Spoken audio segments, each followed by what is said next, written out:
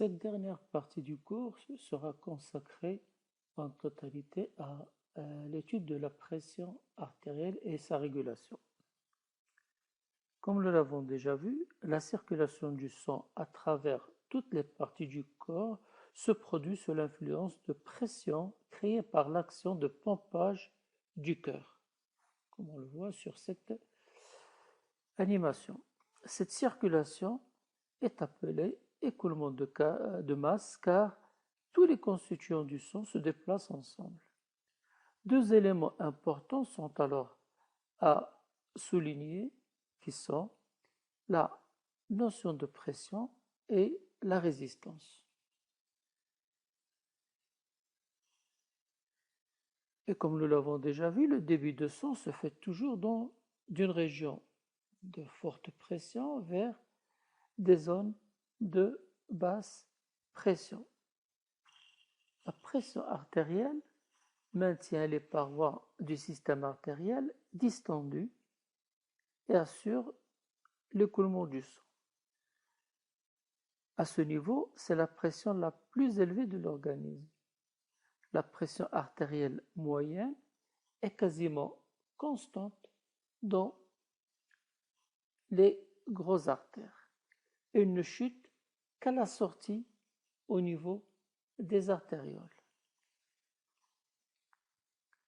L'aorte et les grosses artères systémiques ont des parois épaisses comme nous l'avons déjà vu et qui contiennent de grandes quantités de tissus élastiques. Bien qu'ils contiennent aussi du muscle lisse, ils peuvent être considérés comme des tubes élastiques qui se comportent comme des conduits à faible résistance et qui amènent le sang vers les différents organes. Leur seconde majeure fonction,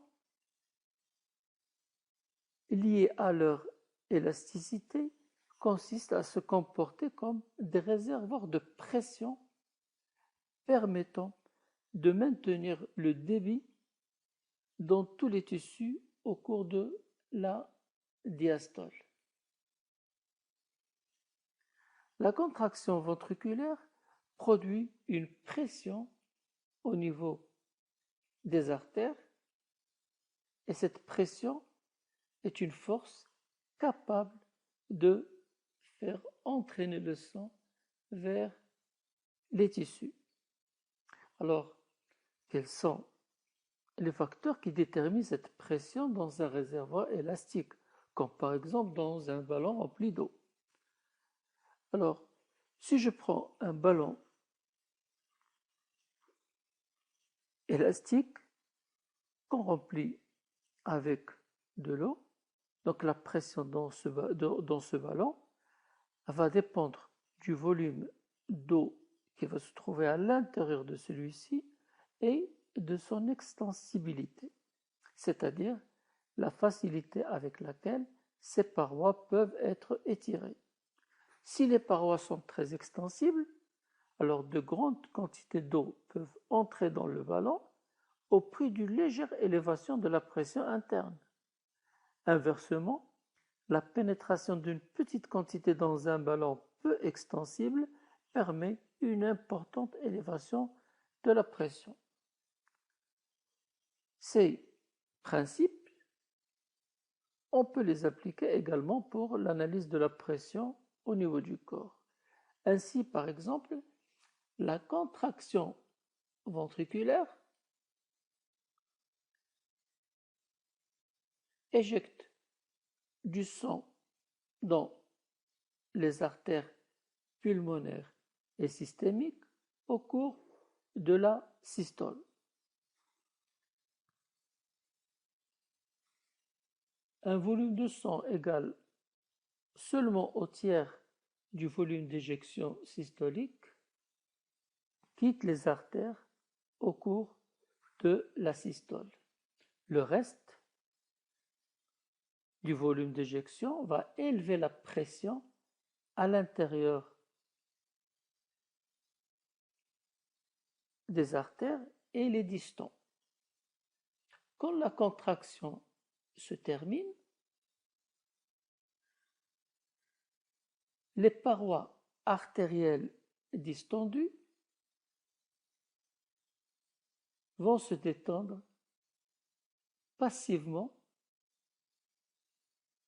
et la pression exercée sur le sang va continuer à entraîner le sang au cours de la diastole.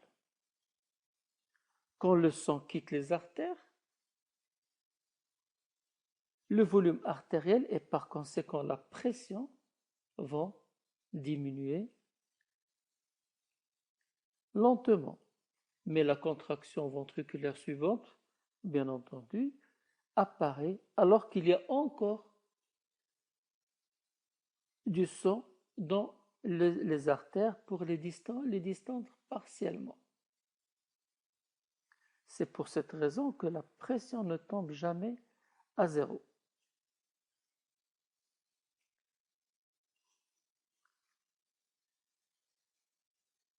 Les variations de pression aortique sont représentatives des variations de pression qui se produisent dans toutes les grosses artères systémiques. La pression maximale atteinte à la fin de l'éjection ventriculaire s'appelle la pression systolique et celle minimale atteinte à la fin de l'éjection systolique s'appelle la pression diastolique.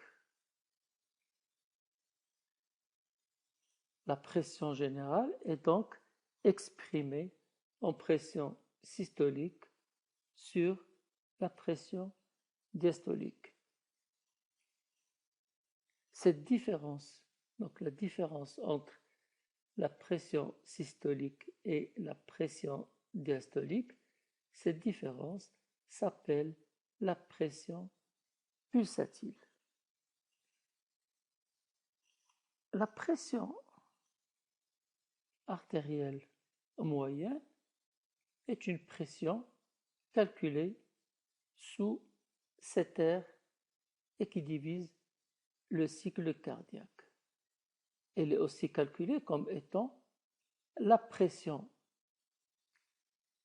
diastolique à laquelle on ajoute un tiers de la pression pulsatile. C'est-à-dire, la pression pulsatile, c'est quoi? C'est la différence entre la pression systolique et la pression diastolique. Donc, la pression artérielle moyenne est égale à la pression diastolique plus un tiers de la pression pulsatile. 3 facteurs déterminent l'amplitude de la pression pulsatile. Tout d'abord, il y a le volume d'éjection systolique. Il y a aussi la vitesse de l'éjection de ce volume et l'extensibilité artérielle comme nous venons de le voir. De ces faits, l'augmentation de la pression produite par une éjection ventriculaire est plus grande d'une part lorsque le volume d'éjection systolique et la force de contraction sont élevés, comme c'est le cas par exemple quand la contractilité ventriculaire est augmentée sous l'effet de stimulation nerveuse, et d'autre part lorsque les artères sont plus résistantes à la distension, c'est-à-dire ils deviennent un peu plus rigides.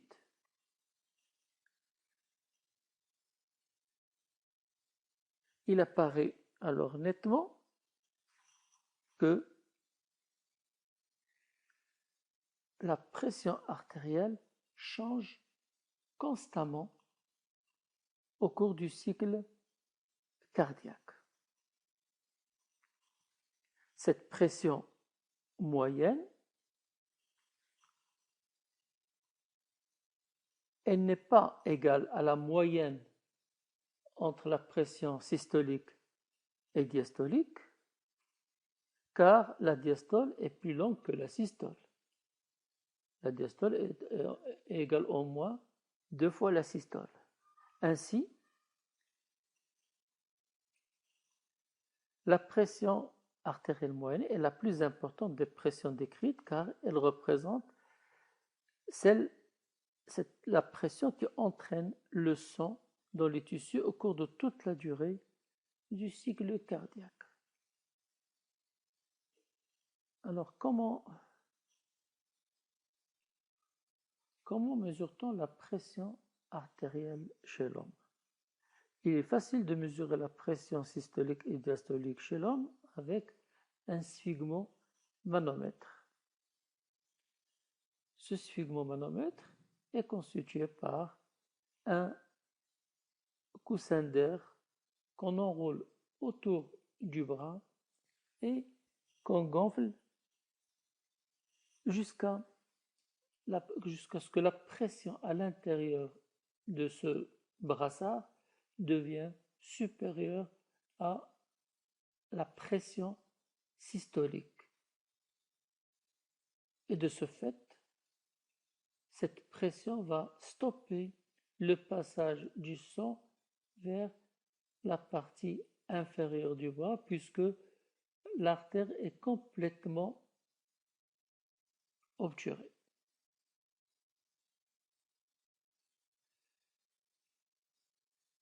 On dégonfle progressivement ce brassard ensuite jusqu'à ce que la pression tombe légèrement juste au-dessous de la pression systolique. Et par conséquent, ensuite on dégonfle progressivement le brassard en libérant l'air progressivement, et quand la pression dans le brassard tombe juste à une valeur inférieure à la pression systolique,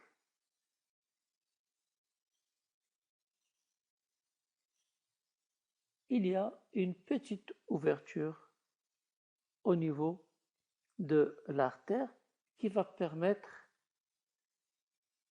au sang de circuler pendant un intervalle très bref.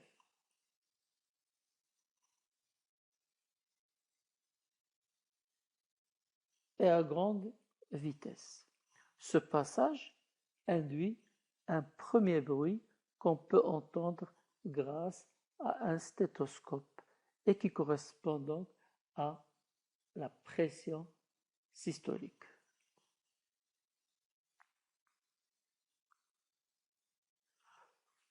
On continue ensuite à dégonfler le brassard progressivement et la pression dans le brassard diminue jusqu'à arriver à une valeur minimale juste égale ou inférieure à la pression diastolique.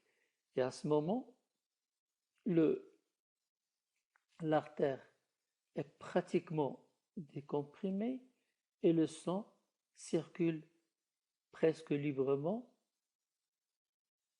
et aucun bruit ne peut être entendu à ce moment-là au niveau du stéthoscope. Alors, à ce moment-là, cette pression affichée s'appelle la pression diastolique.